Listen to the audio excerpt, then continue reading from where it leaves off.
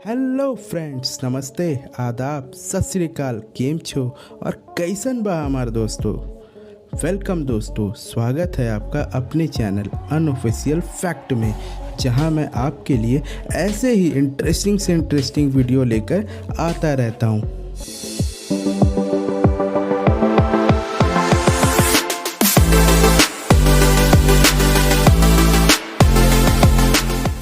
दलित, जिन्हें पहले अछूत कहा जाता था, ये भारत की कुल आबादी का 16.6% है।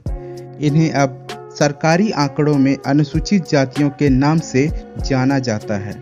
तो चलिए दोस्तों, जानते हैं क्या था इनका इतिहास। 1850 से 1936 तक ब्रिटिश साम्राज्यवादी सरकार इन्हें दबे कुचले वर्ग के नाम से बुलाती थी। क्या आप जानते हैं हमारे भारत में दलितों की संख्या कितनी है? अगर हम 2 करोड़ दलित ईसाइयों और 10 करोड़ दलित मुसलमानों को भी जोड़ लें तो भारत में दलितों की कुल आबादी करीब 32 करोड़ बैठती है। ये पूरे भारत की कुल आबादी का 1/4 भाग है।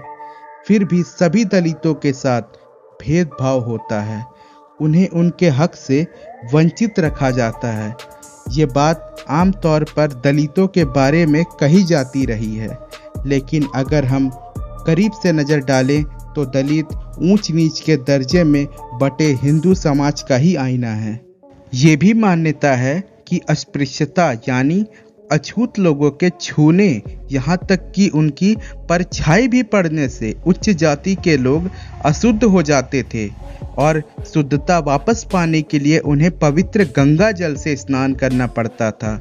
हिंदू धर्म की परंपरागत प्राचीन वर्ण व्यवस्था के अनुसार एक व्यक्ति का जन्म, कर्म और शुद्धता के आधार पर चारों वर्णों में किसी एक जाति में होता है। जिनका जन्म ब्राह्मण वर्ण में होता है वो पुजारी या शिक्षक होते हैं। क्षत्रिय कुल में जन्म लेने वाला शासक या सैनिक, वैश्य वर्ण में जन्म लेने वाला व्यापारी और शूद्र वर्ण में जन्म लेने वाला मजदूर होता है। अछूत सचमुच बहिष्कृत जाति है। ये किसी भी हिंदुओं की परंपरागत वर्ण व्यवस्था में सीधे रूप से गिनती में नहीं आते। डॉक्टर भीमराव अंबेडकर जी के अनुसार अछूत पूरी तरह से एक नया वर्ग है। उदाहरण के तौर पर पहले से स्थापित 4 वर्णों से अलग 5वां नया वर्ण है। इसी प्रकार अछूत हिंदुओं की जाति व्यवस्था में पहचाने नहीं जाते। हालांकि ऐतिहासिक रूप से निचले स्तर के व्यक्ति जो घटिया निम्न स्तर के नौकर चाकर वाले कार्य करते थे वो अपराधी, जो व्यक्ति छूने से फैलने वाली बीमारी से पीड़ित होते थे वो समाज से बाहर रहते थे। उन्हें ही सभ्य कहे जाने वाले नागरिकों द्वारा अछूत माना जाता था। उस समय उस व्यक्ति को समाज से निष्कासित इस आधार पर किया जाता था कि वो समाज के अन्य लोगों के लिए हानिकारक हैं। उसकी बीमारी छूने से किसी को भी हो सकती है। उस समय में इस बीमारी का कोई भी इलाज नहीं था, जिसकी वजह से उसे समाज से बाहर अन्य व्यक्ति की सुरक्षा के लिए रखा जाता था। अस्पृश्यता दंड के रूप में दी जाने वाली प्रथा थी, जो उन व्यक्तियों को दी जाती थी जो समाज के बनाए हुए नियमों को तोड़कर सामाजिक व्यवस्था में बाधा उत्पन्न करते थे। भारत में अस्पृश्यता की प्रथा को आर्टिकल 17 के अंतर्गत एक दंडनीय अपराध घोषित कर दिया गया है, जो इस प्रकार है। अस्पृश्यता का अंत किया जाता है और उसका किसी भी रूप में आचरण निषिद्ध किया जाता है। अस्पृश्यता से उपजी किसी निर्योग्यता को लागू करना अपराध होगा, जो विधि के अनुसार दंडनीय होगा। हमारी भारतीय संस्कृति हमें मानव जाति से प्यार करना सिखाती है, परंतु ये ऊंच नीच की भावना से यह बिखर चुका है। ऊंच नीच का भाव यह रोग है जो समाज में धीरे धीरे पनपता है, और यह रोग सुसभ्य और सुसंस्कृत समाज की नींव को हिला कर रख देता है और इसके परिणाम स्वरूप मानव समाज के नष्ट होने की आशंका रहती है। और यही कारण है मानव समाज के लिए अस्पृश्यता अथवा अछूत एक भीषण कलंक है। आज हमारा देश बहुत तरक्की कर रहा है, कई ऊंचाइयों को छू रहा है, लेकिन भारत में आज भी दलितों को घरों, स्कूलों और सार्वजनिक सेवाओं तक के लिए अलगावा का सामना करना पड़ता है।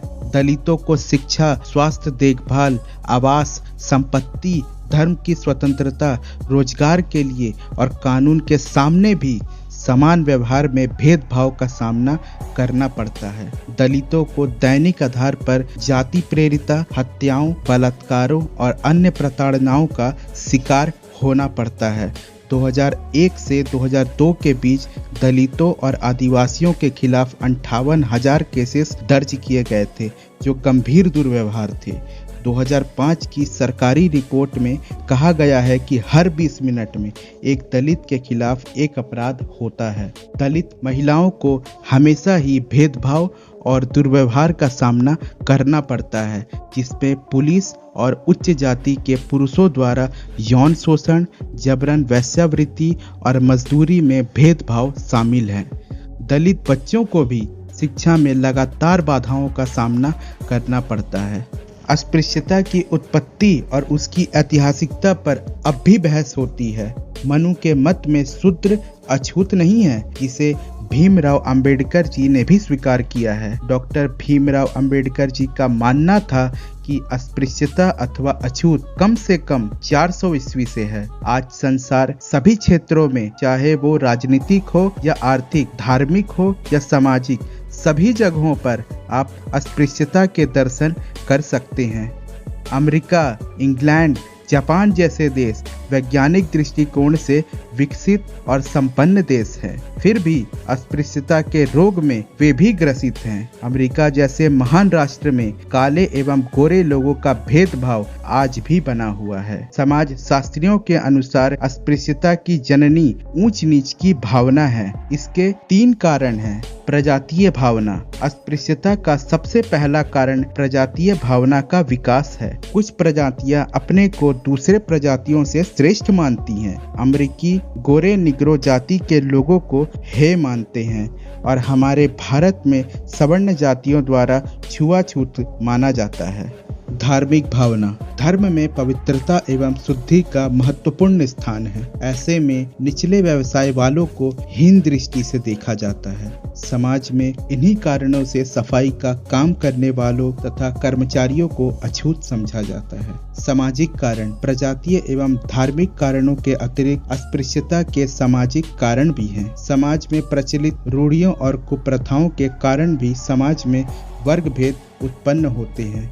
ये वर्ग भेद अस्पृश्यता की विकास में बड़ी भूमिका निभाते हैं। देश को आजादी मिलने के बाद 1950 के संविधान में दलितों को सामाजिक और आर्थिक स्थिति में सुधार के लिए दलितों के लिए अनुसूचित जाति और अनुसूचित जनजाति का वर्गीकरण हुआ था। उन्हें राष्ट्रीय और राज्य विधानसभा के साथ साथ सरकारी नौकरियां और शिक्षा के स्थानों में सीटों के प्रतिशत की गारंटी दी गई थी। इस प्रणाली की उत्पत्ति डॉक्टर भीमराव अंबेडकर जी और गांधी जी के बीच 1932 के पूना समझौते में हुई थी।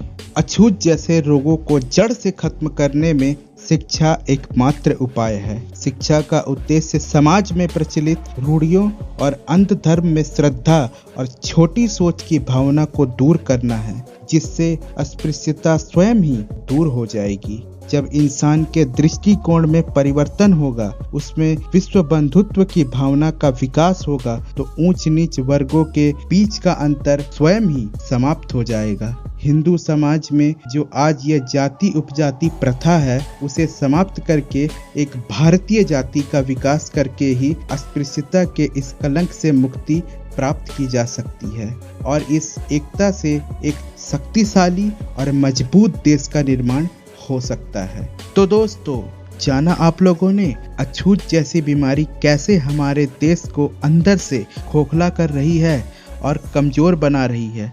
तो दोस्तों, आपकी क्या राय है, कमेंट ज़रूर कीजिएगा दोस्तों। और ऐसे ही इंफॉर्मेटिव और नए वीडियो को देखने के लिए हमारे परिवार का हिस्सा बनिए। अच्छी लगी हो तो प्लीज़ लाइक कीजिए, कमेंट कीजिए और सब्सक्राइब करना मत भूलिएगा दोस्तों। जय हिंद।